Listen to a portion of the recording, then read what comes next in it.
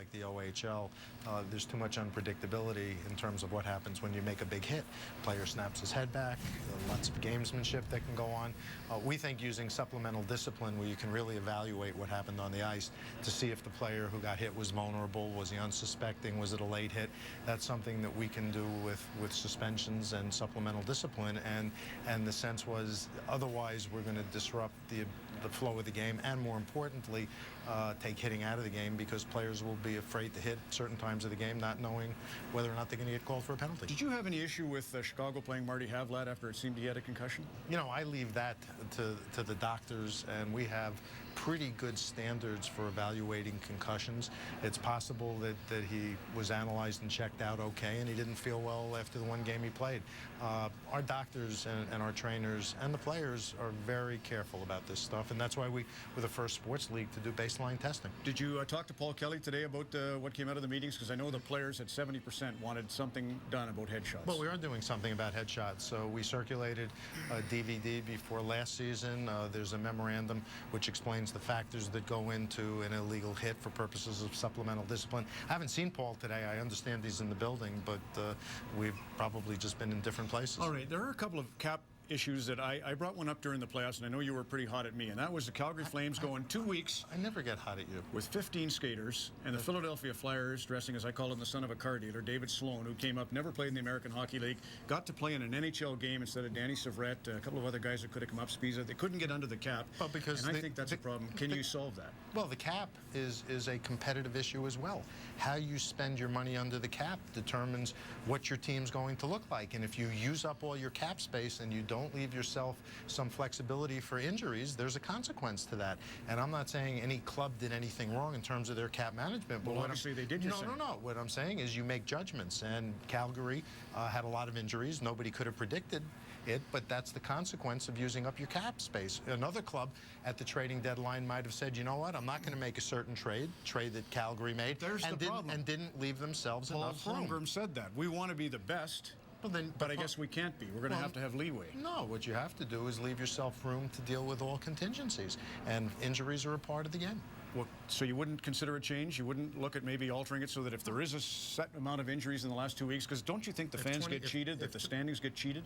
It's no different than if a team signs a player who turns out not to be the player they thought, and they used up their cap space. Part of the system is to ensure that all of the teams can be competitive. And if one team does something and another team doesn't, such as leave cap space, and then there's no consequence to that, then you've really blown a hole in the system. It's a playing rule of sorts, and I think when clubs make their cap decisions, they have to do it understanding the consequences. So you're okay with 15 skaters? For no, I'm okay with teams making the choices. I didn't determine that they had 15 skaters. They did by using up their cap space. All right, Hamilton. Let's get into the whole Southern Ontario. A couple of things. You say it's a league opportunity. What do you mean by that? Well, first of all, when we talk about it being a league opportunity, what's going on is that the Phoenix Coyotes are suggesting that they have the right to sell their franchise to play somewhere else. Well, the owner of the Phoenix Coyotes owns a franchise in the NHL in Phoenix. To the extent that there are places where there aren't franchises, that belongs to the partnership as a whole, not to any one club. So it's an opportunity for the owners, though, if they do decide to relocate, or it's an opportunity for expansion, or it's none of the above? Well, in the right circumstance, if we decided to expand, wherever we decided to expand to would be an opportunity for the league as a whole. The point on this is, if you own a franchise, but take it out of sports, if you own a Tim Hortons or a McDonald's, you name it, and you buy it in one particular location, you don't own the right to move it to a different location. But does bankruptcy supersede that?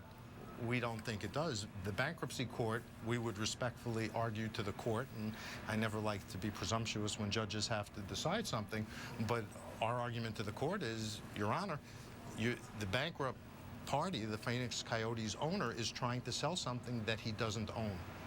Do you think it was, obviously when the attorneys submitted on May the 7th, the NHL attorneys, you said that Jerry Moyes had asked to keep his title, to retain his title, to avoid public embarrassment.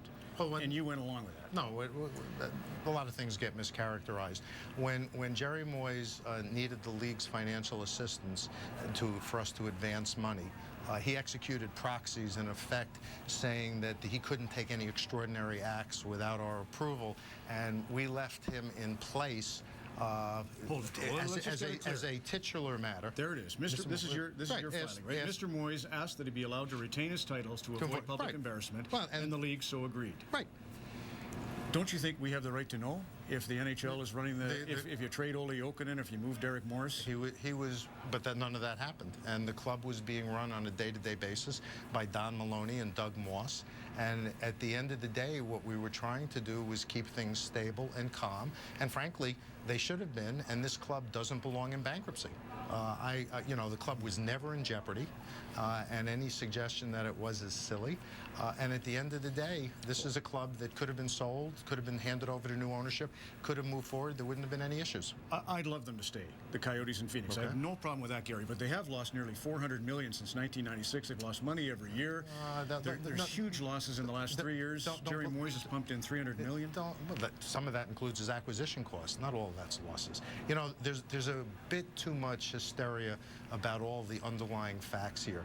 And I think the most important thing for people to remember, is this isn't about Hamilton versus Phoenix. This isn't about Canada versus the United States. This isn't about Jim Balsillie or me. This is about league rules, league processes, the right of a sports league, any sports league, to make the two most fundamental decisions for any sports league, namely who owns the franchises and where the franchises are located. So when the other three sports issue statements to support your position, that's because they're worried about the single dominant league theory, the way we've set up our North American leagues. But I'm saying to you, I don't know what you mean by the single dominant league. Well, just that you have 30 owners working in consort. No. What you have is a partnership, and the partners are entitled to determine who would be a good partner, and they're entitled to determine where the franchises would be located, because the implications of this, the geographic template, the schedule, cities building facilities, banks lending money,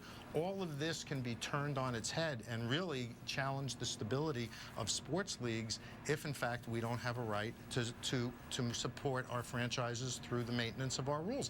You know, people tend to forget what it was like 7, 8 years ago when the rumors were that Vancouver, Edmonton, Calgary, Ottawa were all going to be out of Canada and we'd have Toronto and Montreal left.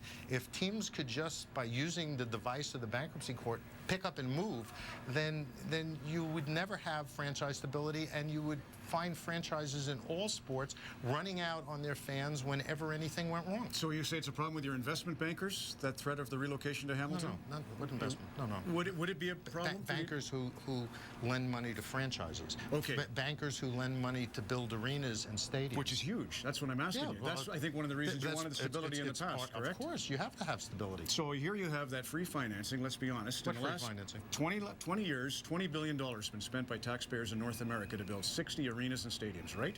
I don't know what the number is. That's a report in the book at a Cass Business School in London. That's the most recent book, Paychecks and Checks, something like that. But you can look into it. It's $20 billion over the last 20 years. And you know that free financing exists, correct? I'm not exactly sure what you're talking about. Well, the owners, here's an example. Minnesota State Legislature has just waived $32 million of the $48 million loan, the state, to the city of St. Paul to build the XL Energy Center, right? Now the city gets that 32 waived, the million they owe the government, the state government. Now they're turning around and building Craig Leopold a 4,000-seat practice rink. So that kind of financing goes on. The beneficiaries are the owners and the players with their meanwhile, Rod Brydon had to build his own exit ramp to what was... I'm not saying Canada's gone along with it, but that's the United States mainly. Well, actually, and that's, Canada has a history of not spending taxpayer money on infrastructure improvements. It's probably one of the reasons that Quebec and Winnipeg moved, because there was no prospects of a new building. And at that time, I didn't want to see those teams move, but we reached the point that nobody wanted to own a team in those markets anymore. That's the difference. We think there are people that want to own a team in Phoenix. You do? Absolutely. What's wrong with Jim Balsillie's 212 plus and the other 17 million? That's a big number on the board. First of all, it's really not 212, but we don't have to get into that. It's a much lesser number by the time you do all the set-offs and credits. But that's not the point. The point is, this is a team that's in Phoenix in a new arena, and there are people that would like to own the team there. So if the partners, the owners, came to you and said, what's your recommendation, Gary? What would it be? I would tell them before I would tell you. Our thanks to the NHL Commissioner. 2-2 after 40 minutes on Hockey Night in Canada and the Stanley Cup playoffs. We'll continue with a reaction from the benches in just...